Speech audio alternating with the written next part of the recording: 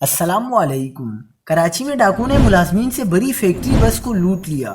6 ڈاکو اچانک بس میں گھسے، بس کچاکچ بری ہوئی تھی، خواتین خوف کے مارے چیختی چلاتی رہی۔ کیا آپ حالات حاضرہ سے آگاہی حاصل کرنا چاہتے ہیں؟ خبر کے پیچھے چھپے اصل حقائق جاننا چاہتے ہیں تو ابھی سبسکرائب کیجئے جلمل پاکستان کو اور ساتھ ہی گھنٹی کے نشان پر کلک کر دیں۔ آپ کو بتاتے چلیں کہ کراچی کے علاقے شاہ فیصل کالونی میں لیدر گارمنٹس فیکٹری کے ملازمین سے بری بس کو لوٹ لیا گیا۔ پولیس ذرائع کے مطابق لیدر گارمنٹس فیکٹری کورنگی کے ملازمین بس میں جا رہے تھے کہ 3 موٹر سائیکلوں پر سوار 6 مسلح ملزمان نے بس میں موجود 70 افراد کو اسلحے کے زور پر لوٹ لیا۔ ذرائع کے مطابق ڈکیتی کی واردات شاہ فیصل کالونی نمبر 3 میں المصطفیٰ اسپتال کے قریب ہوئی۔